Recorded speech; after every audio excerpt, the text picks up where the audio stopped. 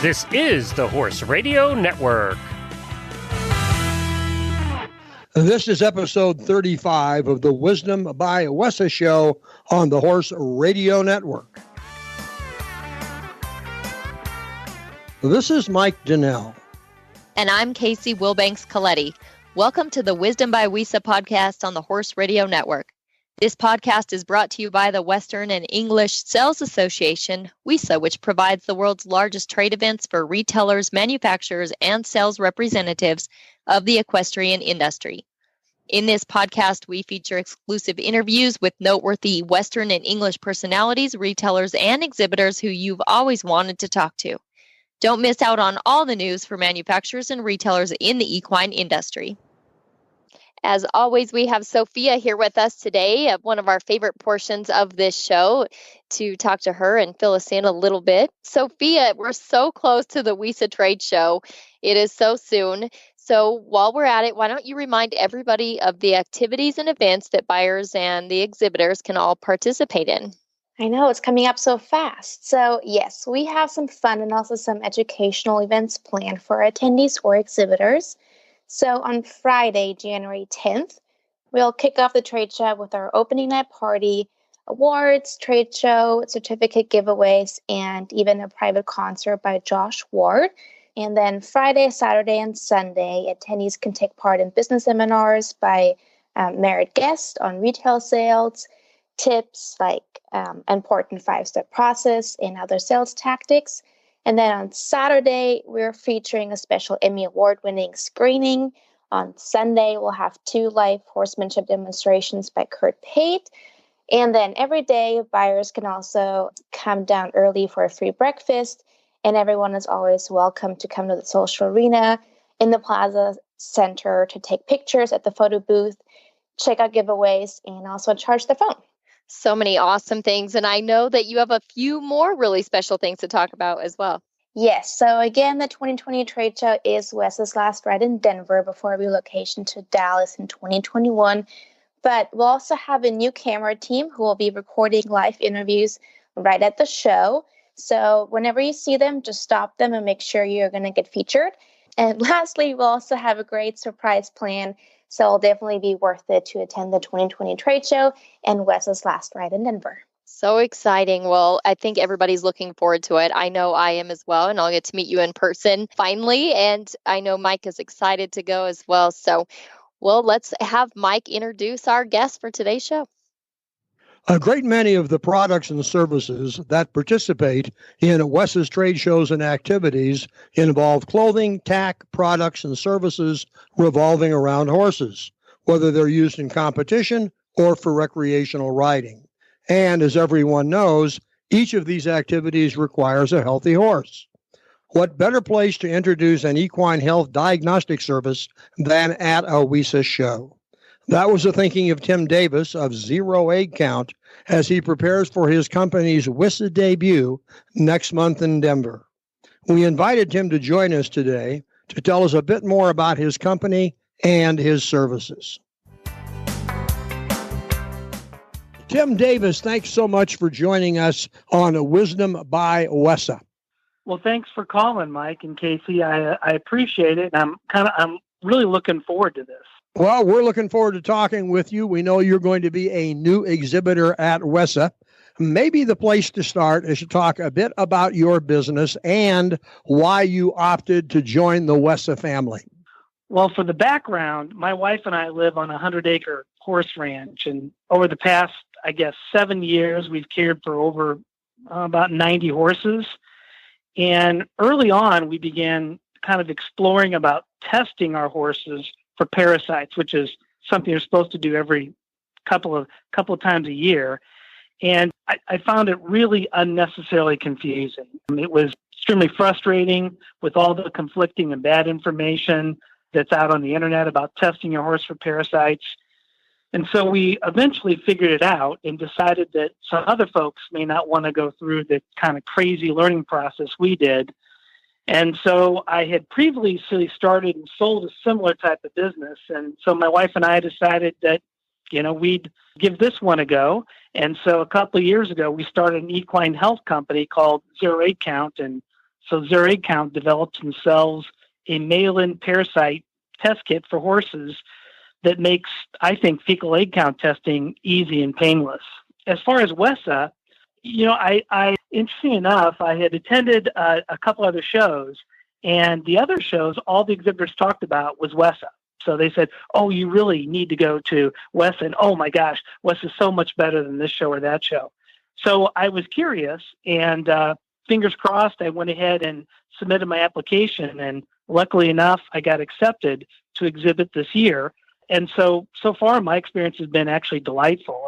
Everyone at the association has been extremely helpful and professional. And hey, what can I say? Here I am on the Wisdom for WESA podcast with both of you.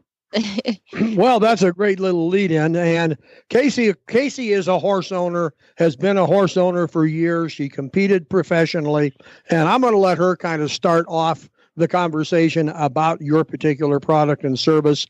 I want to chat with you a bit about the marketing before we quit. Yes. Tim, I would just like to first start. You mentioned something when you were first talking about how it just really makes fecal egg count testing easy and simplifies it. So I want you to get a little further into that and just explain to us exactly what the Zero Egg Count Equine Parasite Test Kit is. Great. Well, first of all, it's for anyone that cares for a horse. So that's barn managers, barn owners, backyard enthusiasts, grooms, you name it. And of course, equine retailers have picked up the kit and they're reselling it.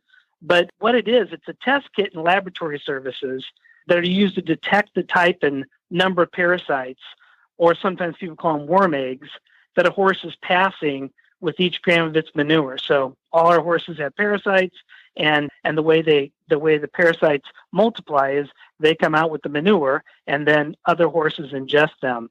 Yeah. So what it really does is it kind of forms so specifically the kit contains 5 components, and the components are basically a collection bag, which is resealable and allows you to get the air out of it, which is important when you ship it. A refrigeration packet, a gel pack that goes in the freezer, and that keeps the actual sample cool as when you ship it.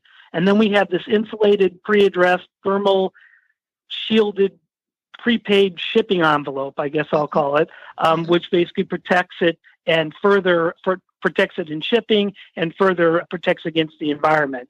And then we have, of course, a collection form that someone fills out and gives me their name and their address and their email and the name of their horse and some additional information, and then some detailed step-by-step instructions on what to go do and how to go do it. Sure. Well, and I think anybody listening that may be a horse owner, and those that are listening that are not and may not know this, those parasites, when they're left untreated, they can cause so many problems in our animals, whether it be colic that may be reoccurring type of situation, or a lot of other problems, maybe ulcers or internal organ problems, things of that nature.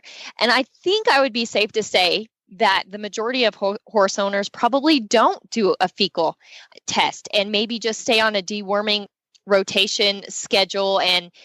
But I want you to talk about the importance of not doing that and treating for the parasites that need to be treated and not treating when you don't need to treat. And that, to me, that's where the real importance of the fecal testing comes in.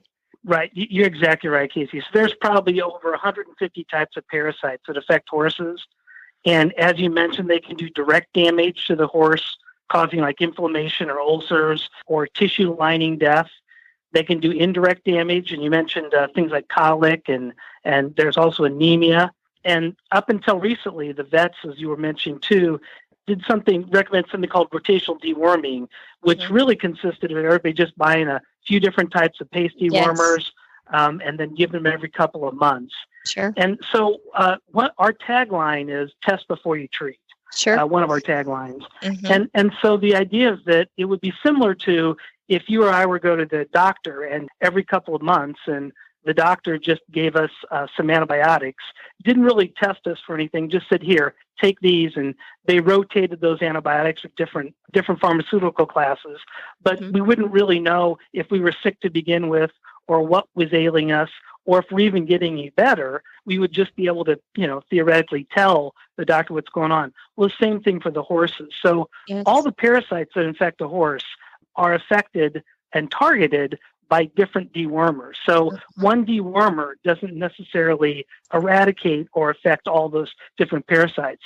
Yes. So what's important about the test is that we identify the type of parasite, and then 2, the number of parasites.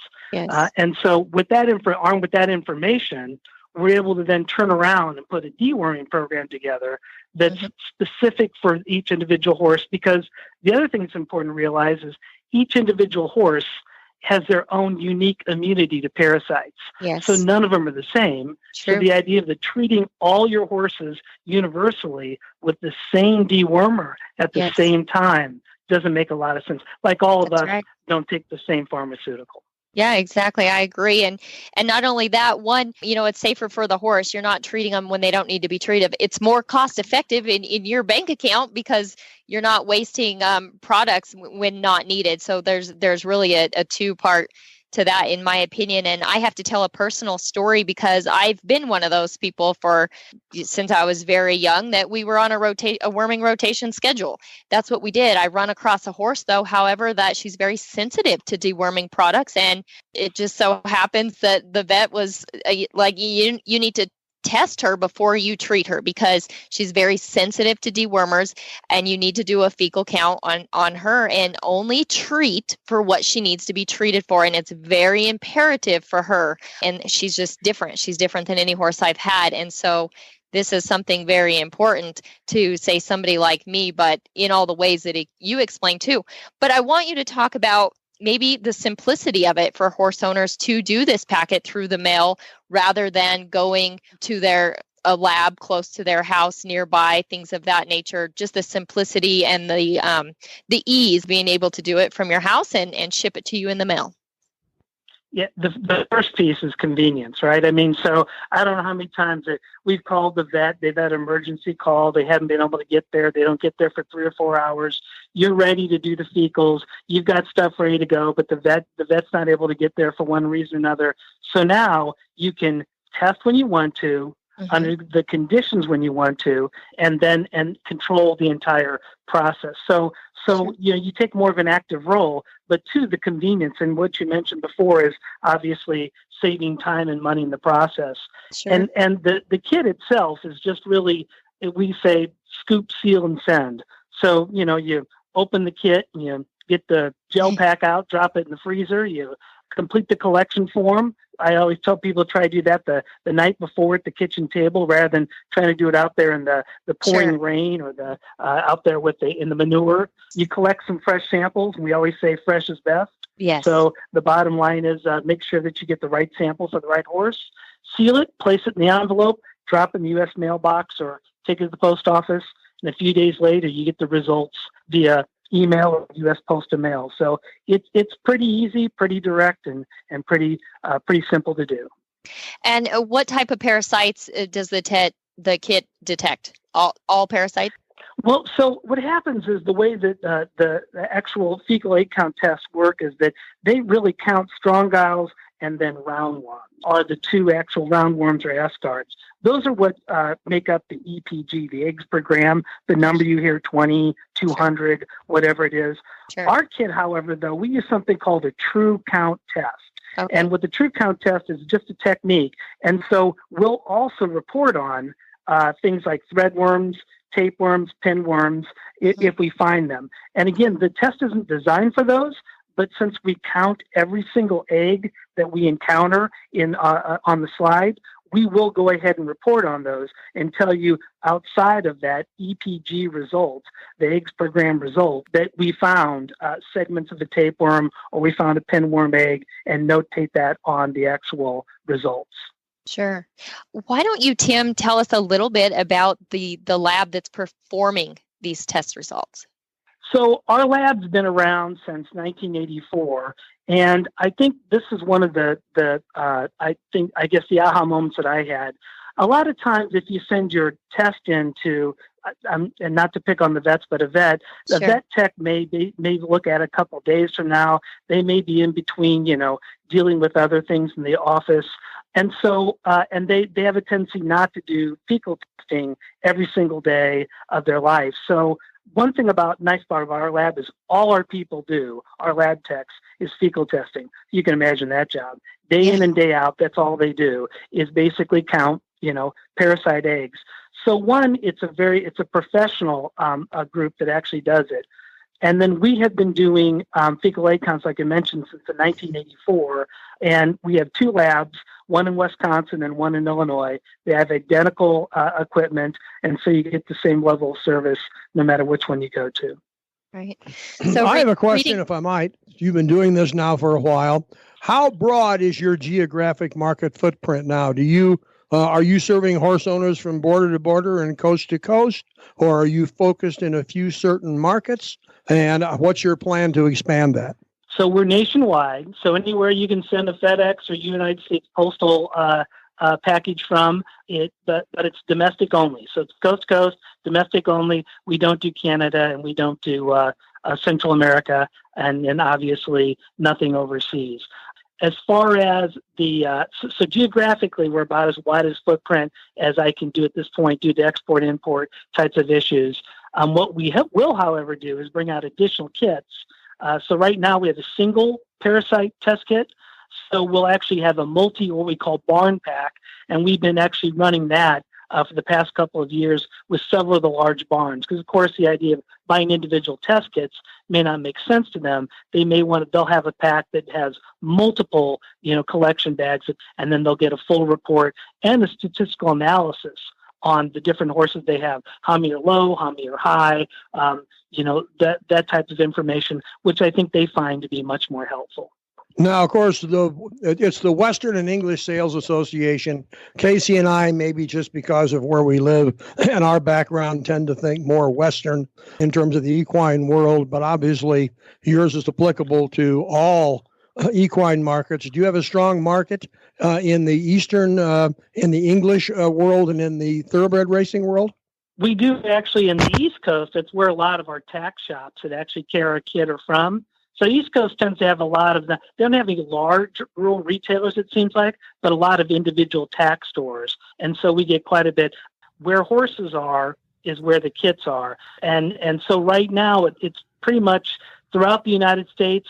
I'm hoping to get a little more activity into Wyoming, Nevada, Idaho, those types of areas. But from the Pacific Northwest down through California, all the way through Texas and Southern up through the Eastern Seaboard, it's pretty well represented. Okay, now if I am a horse owner, my options are either to purchase from you online or to find a tack shop or a retailer that carries the product. And my question then is, how do I find one of those retailers? The easiest way would probably be because we're constantly adding them is to actually just Google, zero egg count, and we'll show up. We also have not added it yet to a page on the website, but we'll soon add a page of all the retailers. Typing zero egg count into a search engine, pressing the button, and believe it or not, it'll show up. Also, it shows up in the sales results of off to the right-hand side of a lot of the search engines. And then always call me. The name, my number's on the website, and you can also email me. My number's on the website as well. And the website is zeroeggcount.com, which is spelled out zeroeggcount.com. Tim, you had mentioned retailers. Obviously, a lot of those come to the WESA show. When they come to speak with you, what do you offer them in terms of incentive to carry your product and market it? I think the biggest win for the retailers is with our kit is the dewormer margins are very tight, and they've been commoditized, throughout the years, and the sales for the dewormer products have been declining. It's a crowded market to begin with, and then also those sales, my understanding is, have been declining for the last few years as well. So this kit not only allows them to bring a new product line on, but it also helps to counteract the trend and the margins are much, much better. And it has an unlimited shelf life, so they never have to worry about refreshing the product. Finally, I also, specifically on my kit, I offer a retailer package. So I offer them social media ads.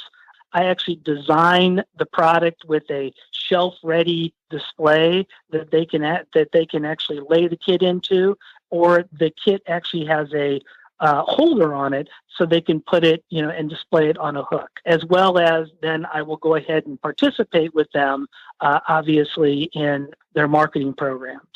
Okay, well, certainly, as you describe it, this is the perfect WESA product. There is a need for it. You have packaged it so that it's easy for the retailer to market, and you're willing to work with the retailers to help them build their market. And worst case scenario, if I'm not near a retailer and I want to use the product, I can go get it online. You got it. Okay. Listen, I think it's been a great conversation. Welcome to the WESA family. We look forward to seeing you next month when we come to Denver as well. And I hope you have a very, very positive experience at the WESA show. Casey and Mike, thank you both. It's been an honor being on the podcast, and I hope to see both of you in Denver next year. You can count on it. Thank you. Show notes and links from today's show can be found at wisdombywesa.com. And of course, we'd love to hear your feedback. There's a contact link on that website. The Wisdom by WESA show will be published on the 15th and 30th of every month. You can listen on most of your favorite podcast players, and you can also listen on the Horse Radio Network app on your iOS or Android phone. You just search Horse Radio Network in the App Store. It's free and it's super easy to use. Be sure to visit all the great shows on the Horse Radio Network at horseradionetwork.com. Thanks for listening to the Wisdom by WESA podcast. WESA, where the industry meets.